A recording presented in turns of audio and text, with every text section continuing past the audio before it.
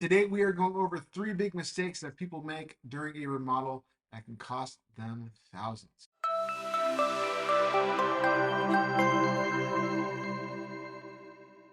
Welcome to my channel. I'm Jason Pye, your Los Angeles contractor and designer. And today, we are going over 3 big mistakes that people make during a remodel that can cost them thousands. So, I just want to say before we get too far into this, remodels are really tough. With new construction, the process is relatively predictable. We're not going to run into something we didn't expect.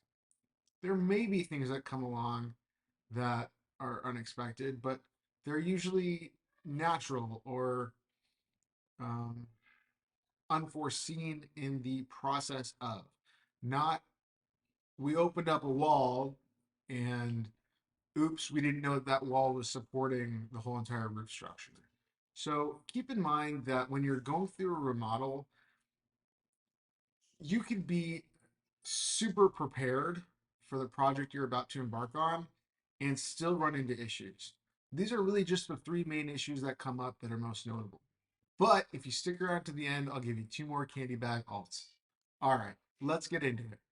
Number one is something that I try very hard to protect my clients from the beginning of the project. Number one is changing their mind midway through. When I start a project with a client, the first thing that we always do is design. I like to envision the full scope of the project first and then try to have the architect mimic what I've designed within the space. But sometimes when you're doing a really large remodel, that's not always going to be possible. Sometimes you want to have an architect see the space first before the designer goes in and kind of creates the space as needed. But that doesn't negate the fact that this is the number one mistake that people make that ends up costing them thousands. When you change your mind midway through on a project, it can genuinely just result in additional work, additional expenses, and the contractor may need to do work that they've already done just to accommodate the new plan. So, to avoid this, please do everything you can to have a clear objective and a clear vision for what you want, and make sure that you have a clear way to properly communicate that to your contractor from the start, not midway through. Number two is estimating the cost. This is a pretty common issue. Something that I talked about before is not letting the contractor drive the material items. You want to have a semblance of control over what's being put into the house.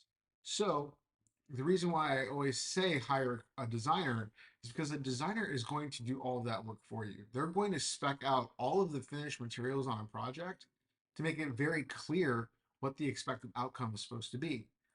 These faucets, these tiles, this mirror, this vanity, this style, this paint, whatever it is, it's all done, hopefully, if you're hiring the right designer, to let the contractor know what the expected cost should be on this job. If you don't care about that process, you're going to end up being in a position where you expected one thing and the contractor is giving you another. Another thing that happens is contractors don't necessarily bid out for things that you're not necessarily prepared for.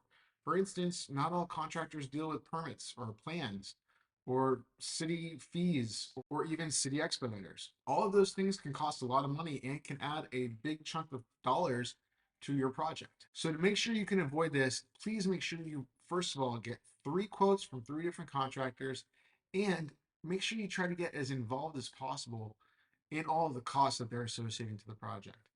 Try to just understand fully what you're going to get. Even if you don't understand fully what's being provided, try to understand. Ask more questions and try to get as involved as possible in what you can possibly even imagine happening throughout the process, because that's really going to help you be prepared for what's about to come. Number three is not planning for the unexpected. Just like I was saying, if you can try to just envision what might need to happen for the project, sometimes it's just out of your control. Remodels have a way of going one direction and then having to pivot to a whole other direction sometimes. And truthfully, it's the luck of the draw. Sometimes you just can't get lucky.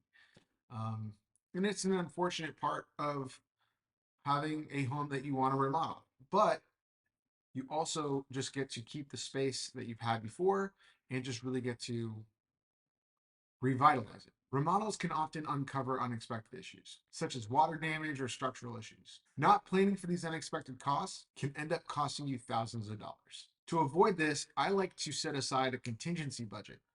This is a budget that allows you to be prepared for the unexpected. A normal contingency line item should be anywhere between 10 to 20% of the total cost of your contract. And this budget is going to allow you to spend money on the project for unexpected expenses that may come up. Now, if you've been hanging in on this video the whole time, I really want to say thank you. I genuinely appreciate your support. If you can go ahead and press that subscribe button, press that like button, and of course, leave me a comment down below. I'd really appreciate it. Thank you so much. And just because of that, I'm going to give you two more common issues that might come up during a remodel. So we just went through the top three reasons why a remodel might come up with more issues than you're expecting. Let's go to number four. Number four is delays. Remodels can often take longer than expected due to various reasons, such as unexpected issues that need to be addressed, weather delays, and contractor scheduling issues. These delays can be frustrating and costly, especially if you're paying for temporary housing or storage. So, to avoid these issues, make sure you're working with a reputable contractor who can provide you with a realistic timeline and has the ability to communicate when delays and issues come up. Number five, poor communication. I can't stress this issue enough. This has nothing to do with remodels. This just has everything to do with construction in general. So many contractors struggle with communication. First of all, I just have to say, not every contractor is a business owner. They're used to just working with their hands. They're used to being, physical and just getting in and getting the job done. And that's great. But if you're looking for someone who is capable of communication, capable of scheduling, capable of really dealing with a project that needs to be dealt with in a form that you're looking to be handled, you may not want a contractor who's just in the project fully. You want someone who can genuinely be that, who can schedule and communicate and deal with those sort of things. And not every contractor is built the same. So first of all, make sure that when you get those three bids, you're interviewing the person too, not just the numbers. So many times people just pick the lowest bid because that's what they want. They want the product and they just want that number. It doesn't work out that way. It's not that simple. You're dealing with the person too. There's a human behind that estimate. And it's so simple to get caught up in the numbers and save 20 grand or whatever the number might be. You might not be happy at the end of the day because of it. So really try to think through it. Poor communication between you and the contractor can lead to miscommunication, mistakes, and delays. For example, if you don't communicate your expectations early on, your contractor may not deliver the results you're expecting. To avoid this issue, it's really important to establish clear lines of communication from the beginning with your contractor and to stay in regular contact throughout the project. This ensures that everyone is on the same page about all issues and that they can be addressed as needed. This is really, really, really important. Overall, these common issues are easily avoidable as long as you plan ahead. You can help ensure that your model stays on budget and doesn't end up costing you thousands of dollars in additional expenses as long as you just plan for it. I hope these 5 tips really help. I hope they make your project a lot smoother. And of course, if you have any questions, comments, or anything of that nature, please let me know down below. I'd love to hear from you.